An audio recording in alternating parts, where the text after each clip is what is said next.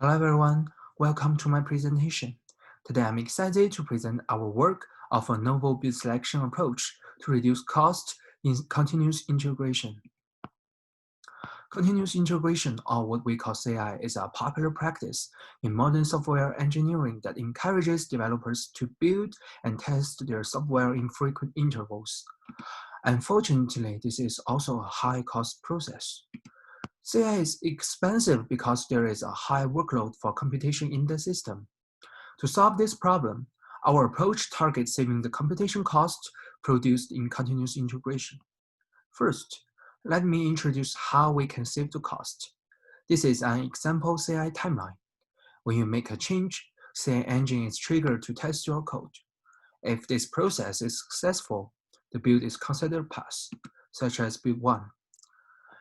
Sometimes there is an error in the code and the build is failed, such as build 2. Then, for example, developers continuously run their builds. Sometimes the builds fail, and sometimes they pass. The expense of CI is so high because there is an overload of builds. To reduce the cost, we intend to only select the subset of builds to execute. The value of CI mostly focuses on letting developers find bugs early, and since only failing builds are actionable, we target skipping passing builds to keep the value of CI. This ideal timeline is a perfect situation to save cost. Skip every passing build and execute all failing builds. We depict the skip build with a dashed circle. To reduce the cost by skipping passing builds, first, we want to identify how prevalent are passing builds. We hypothesize that most builds in CI return a passing result. By this hypothesis, skipping passing builds would produce large cost savings. To evaluate this, we did the first empirical study on the Travis torrent dataset of over 300 projects and found that 88% of builds are passing builds. This result supports our hypothesis that skipping passing builds would strongly save build effort. We also want to keep the value of CI, so we don't want to skip failing builds. We make an observation that there often exists a sequence of builds that have the same build result. In other words, failing builds are likely to be followed by another failing build. Then we propose our second hypothesis.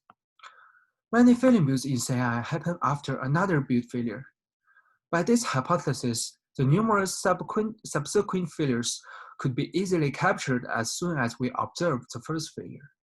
To evaluate this hypothesis, we did the second empirical study and found that 52% of failing builds are subsequent failures.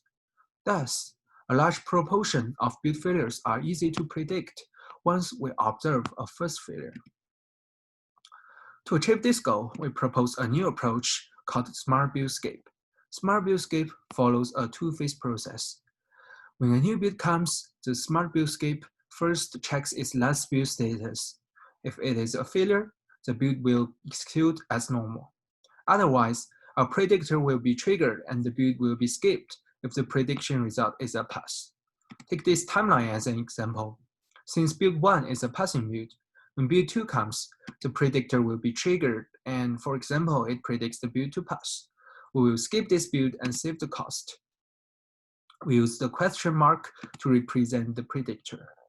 Since the outcome for build 2 is not available because it is skipped, the new coming build 3 will trigger the predictor again, and this time, let's say the predictor correctly predicts it to fail and we run this build. Then the result shows it is indeed a failing build.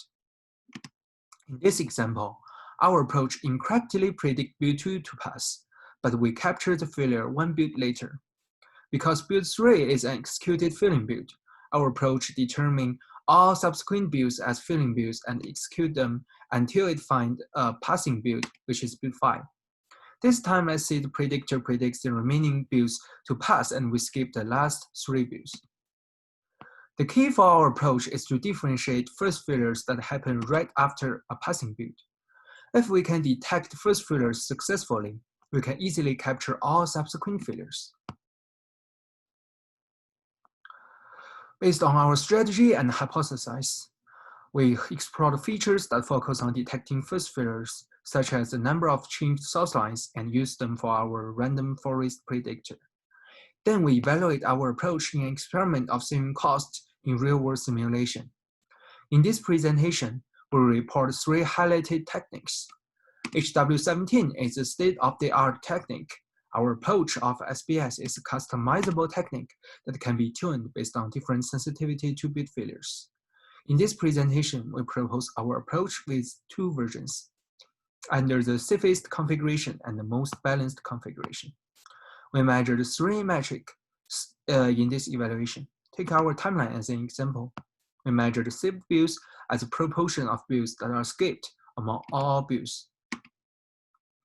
For each observed failing build is a proportion of failing builds that are correctly predicted and executed among all failing builds.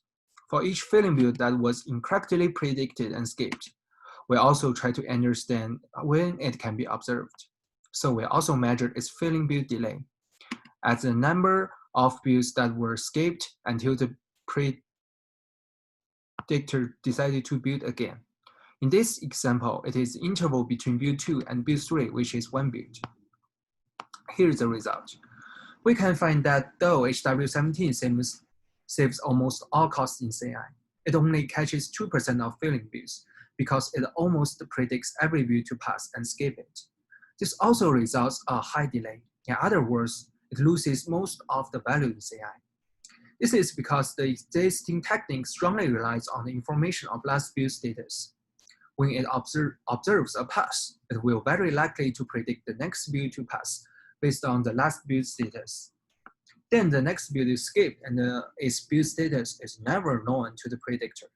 So the predictor is likely to continuously predict every coming build to pass, making it a vicious circle. Our approach resolves this limitation because our predictor doesn't rely on the information from the last build.